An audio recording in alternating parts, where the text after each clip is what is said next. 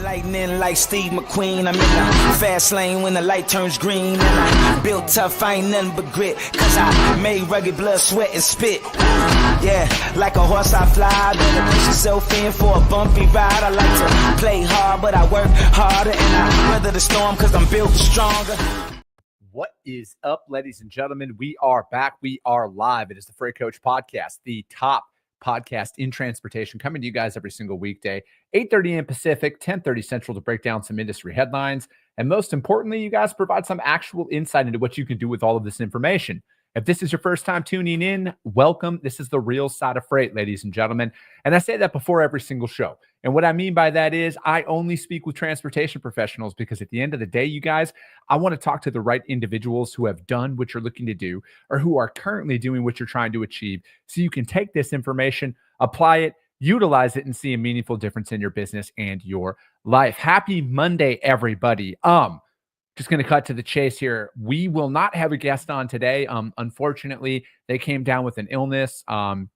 Last night we were talking about it, and then this morning they just had to cancel on it. So we are completely shooting from the hip today, you guys. The beauty of it is like I got a lot of shit to talk about because I actually fucking do this job every single day. So we're going to break down some things. I actually found a couple of really interesting articles that we're going to talk about. I'm going to go over kind of some stuff that we are applying inside of our business as we're going out there and trying to grow and scale things. But before we go any further, you guys, do me a solid. We got a newsletter that drops every single Wednesday. If you guys want to stay up to date on that, just go to thefreightcoach.com. It'll auto prompt you to register on there, you guys. It drops in every single Wednesday. I don't auto sign people up for newsletters because it annoys the shit out of me when I get stuff. And I don't want to do that to anybody because I believe in a meritocracy and I want to earn that, right? Just like I love earning all of your guys' attention every single day on this show, and then the subscriptions and all of that stuff that come along with this. So if you want to register for that, go to thefreightcoach.com. We started putting out the fuel report in there, and then we also have some lanes, some pricing data and stuff that comes out there as well. So if you guys want to check that out, drops every single Wednesday. Go to thefreightcoach.com. Steve Setka, my man, hit up his podcast as well, you guys. Steve's out here trying to grow his brand. Steve, drop your link in there, man. I want to share that out there. You're a good guy, and I want to help spread the message, man. So where can people find your podcast? But his question is will you be talking about the interesting dilemma with U.S.-Colombia relations? I don't think it's a dilemma at all, man. I think that the line was drawn in the sand, and America flexed, and they will continue to flex in a lot of those situations. Because like one thing, and this isn't like related to any political party or anything like that, but I think people out there vastly underestimate how much they depend on the United States as a country from a handouts perspective, from a world stage perspective. And I think a lot of this boils down to the fact that when people perceive weakness, they will try and exploit it. And that was settled in all of 30 minutes from what I saw yesterday on the internet. And, and honestly, and it's back down to the whole tariffs situation. I think it is a larger bargaining chip than anything to realign the United States and like what we spend every single year. Like I will summarize a lot of it like this to me. We are $35 trillion in debt as a country. We got to dig our fucking selves out of this hole and get this fixed. And we need to reassess, where are we spending all of our money? Where is it going? Does it actually benefit our interest, or is this just money we're pissing away? Because I don't care if it's $1 million, 100 million, or $1 billion, or whatever that looks like. We have to balance our budget, and we have to work towards doing that. And I think that it's a great step in that direction to really kind of solidify a lot of that stuff. Corey Buchan, happy Monday to you, sir. Steve, absolutely, man. Again, drop that in there. Follow Steve on LinkedIn, you guys. I saw he dropped his episodes on there. So if you want to check out his podcast as well, do that up. But before we jump into some articles here, you guys, and if you did show up to check out the Minnesota Trucking Association Driver of the Year thing, that guest unfortunately came down with some illness, so they will not be making it on today. So you get to just hear this beautiful voice for the next, 20 odd minutes or so. But I'm going to do a little bit of a market update from a business development standpoint. All right. So, as some of you know who have been following the show for a while, we tried doing a bunch of email shit. It didn't work out for us. And we got back to ground and pound, boots on the ground, cold calling, site visits. And that's what's been working for us from a business development standpoint, from a progress standpoint. We are going to continue to do this because it has worked and it's going to continue to work. I mean, my business partner, who, might I add, maybe you guys are coming into this industry as a second career. Maybe you've never sold before, and this is a new avenue for you, and you're out there trying to do it. My business partner, he never sold either. He's a former engineer, you guys. Like, he literally designed the artificial heart for like 15 fucking years, and now he's in transportation. He's my co-founder in our freight brokerage, and based on everything I talk about on this show, you guys, he has onboarded 2 accounts in just last week, might I add, and he's done 3 in the last 45 to 50 days here of onboarding new customers that we've actively moved freight with. And, again, a lot of it is those fundamentals. He's gone out there. He lives in Minneapolis. He's out there visiting people. He's calling ahead. We're trying to do the right thing and set up those site visits. And that's worked for him. All right. So, as there's a lot of information out there about AI and everything else and email marketing, and there's a time and a place for a lot of that stuff. But if you guys are in my position right now and you need revenue, all right, you need revenue and you need to talk to people who have said revenue. I do not feel like email is the way to go. And now I understand every counter argument out there, you guys. And before anything further comes through, chat and DMs and fucking comments on the post, you guys, the difference between me and everybody else out there, there's some other people. I actually prospect shippers every single day. Okay. So before there's any data or comments out there about how I need to do all of this other shit, I did that. All right. I only did email outreach for like 15 months and we got fucking nowhere with that. And again, I've talked about it when we switch back to just cold calling and site visits. This is what's working for us. Now, we are very strategic in who we are going after. We are going after full truckload, you guys. All right. I don't want LTL. Not from a new business development standpoint. I don't want air freight. I don't want intermodal. I just want full truckload, primarily open deck. If you got some dry van freight, we'll talk about that. Reefer, not that kind of reefer. I don't want anything to do with that. I don't want food. I don't want any of that stuff. I got plenty of friends that I can pass those information along to when it comes down to it. But there has been I would almost call it a monumental shift in receptiveness to how in depth we are when we are going after people, because it was a big reframe that I've had with this, because again, this is hard for me. Business is hard for me. Trying to figure out all of this stuff is hard for me, and I have experience, but like, I'm doing a ton of trial and error on my own systems. I'm doing a ton of trial and error on my own processes and my outreaches and everything else, and I have deduced it down to this, because this is the beginning of year 3 of us being out on our own. The more singular of a focus in our sales outreach, the greater the conversation has increased in that. And, I just finished this book up today, and I would highly recommend every single one of you guys pick this up. It's called The Revenue Engine. Kara Smith Brown, from the industry. She's been on the show a few times. She's a good friend of mine. She is an absolute killer, absolute fucking killer. And this book finally clarified something for me that I have been struggling with throughout the entirety of my sales career. At the end of the day, you guys, like, I hate rejection as much as the next one. I'll openly admit it. I'm not a robot. I'm not up here trying to sound like I'm perfect and everything else. But, I think that as we're going out there, and then again, this is what helped for me.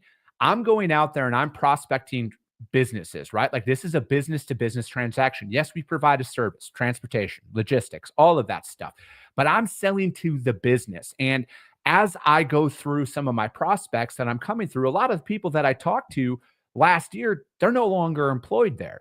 right? So there's a new transportation manager, there's a new decision maker that's out there. So one of the things that Kara talks about in this book that's helped me shift it is like, I'm not necessarily selling to the individual, I'm selling to that business. That business manufactures fucking whatever. It goes on a flatbed, insert that commodity. That's somebody who I want to go after. That's a business I want to go after. And when I'm calling them, I'm actively, and this is where the mindset shift happened for me, because the rejections, the no's, they beat me down just like everybody. All right. Because like, this isn't a hobby to me, you guys. Doing this show, building my freight brokerage, this isn't a hobby. This is how I provide for my family. All right. So I take this shit very, very seriously. And I have a love and a passion for transportation and trucking that is, I think, almost unrivaled and unmatched out there.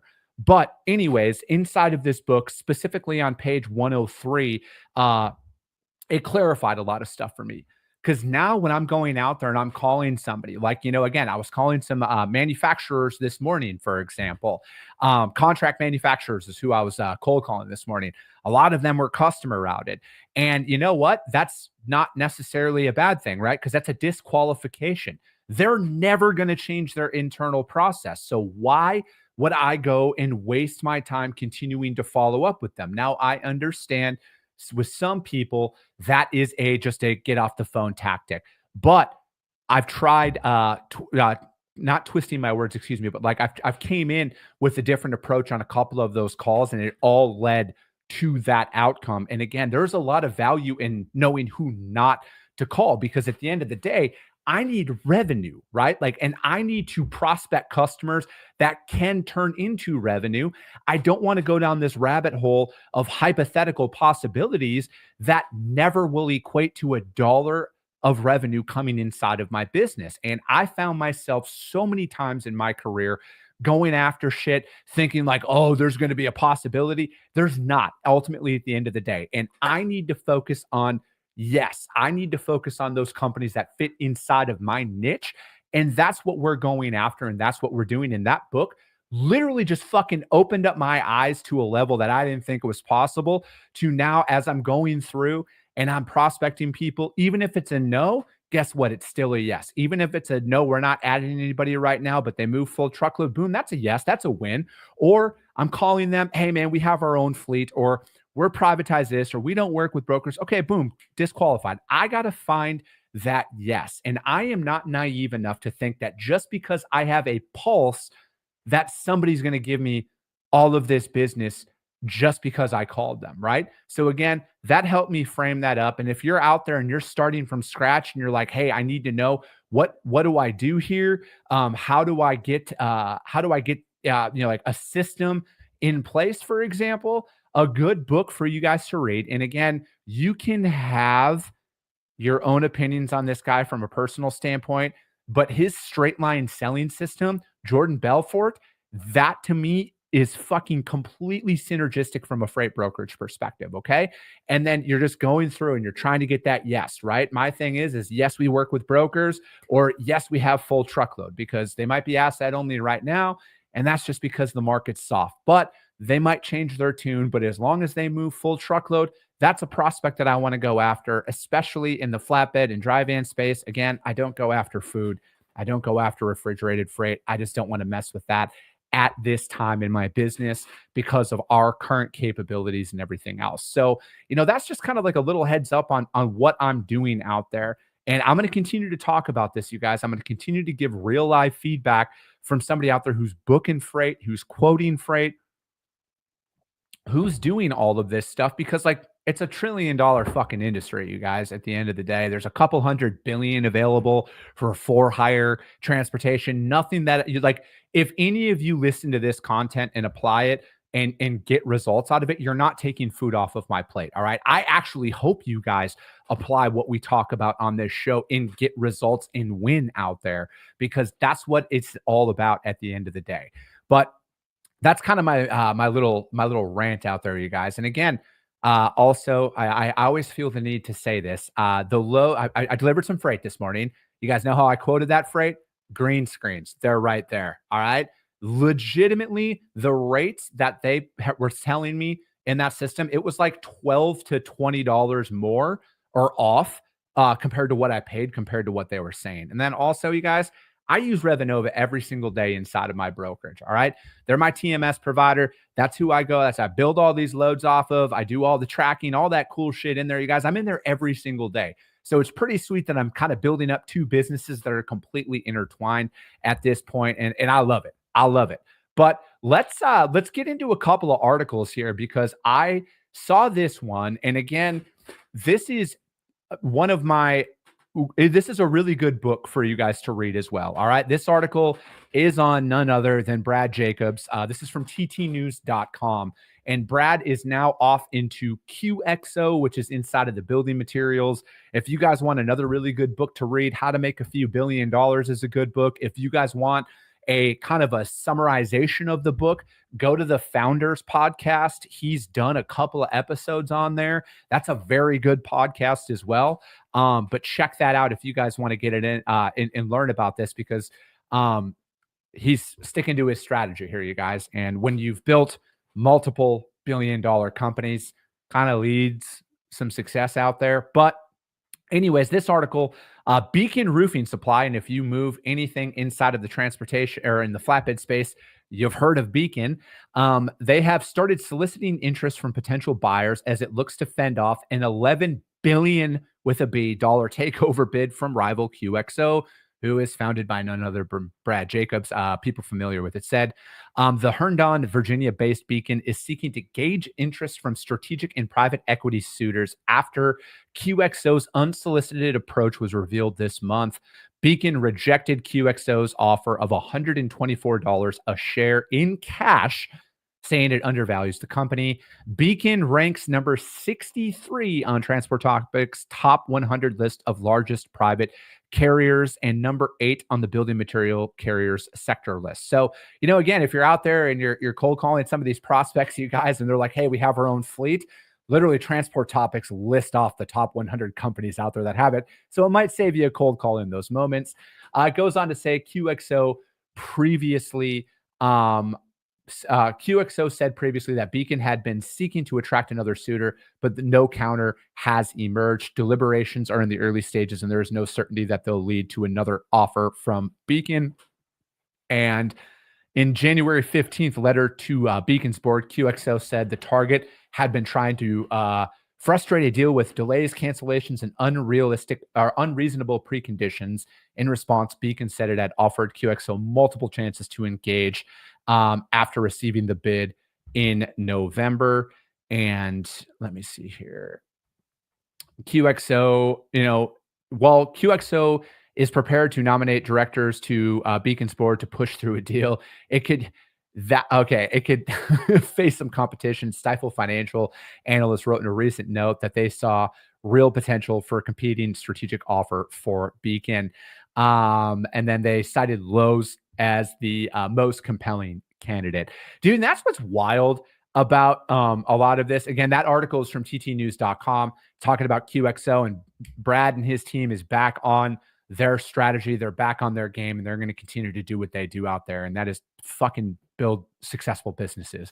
But what they said at the end there, you guys, is like, again, I know this is thinking like a long ways away in the future, but it's like one of the big things on why I never want to go public is because, they're talking about, they're prepared to nominate directors to Beacon's board to push through a deal. And if there's one thing, like there's kind of a consistency over a lot of these books on founders and everything that I've read is like when they've gone public, it's only a matter of time before like their board fucking kicks them out and shit like that. And call me arrogant, call me what you want, but like, I don't want to take my life's work in building something just to have some people who don't give a fuck about the customers or the employees vote you out because you went public and shit like that. I don't know. It's my personal preference. It's wild though. I'm not saying any of that stuff is going on in there, but after reading that article, that made me think about it. But yeah, you guys check that article out from ttnews.com. And next article is going to be from freightwaves.com. This one came in, and then it says that it's called "The Trucking Market is Still Headed in the Right Direction." The spread between spot and contract truckload rates has tightened for months. And then it goes on to say that it is ratcheted up tighter in the beginning of this week with closing spreads between contract and spot in multiple major trucking markets, rejecting more than 7% of outbound shipments. However, there's still no clear melt up or cascade towards meaningful higher rates compared to conditions during the holiday peak season. I think that is, also very notable here, you guys, that there is a lot of bleed over from holiday peak season that sometimes breathes a false sense of relief into what is actually going on. And so, it goes on. It says, notably, Los Angeles has softened compared to the rest of the country, while the average national tender rejection rate is still nominally inflationary at 7%. LA's outbounds have cooled to just 4% because LA is such a major important origin for retail imports. It's considered an upstream market, but Dallas rejecting 7% of its outbound and Chicago rejecting 7% of its outbound as well are both tighter than the national average. Both markets experience recent weather-related spikes in tender rejections and are loosening back up. I'm glad they put that in there because that was going to be my next point, right? But they put that in there.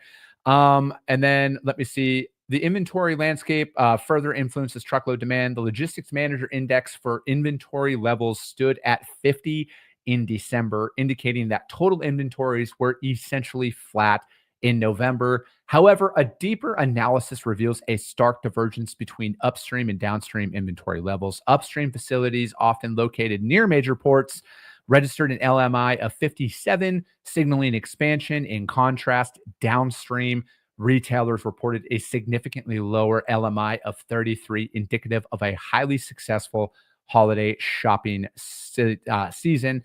And then it goes on to say, for the last 3.5 months, that spread has been tightening out there between contract and spot. It looks like, in terms of freight rates, Knight-Swift, who, if you don't know who Knight-Swift is, they're like the largest trucking company in North America. They are positioning itself for a favorable trajectory. The company is currently seeking mid-single-digit rate increases, a step up from the low to mid-single-digit it pursued in the previous quarter.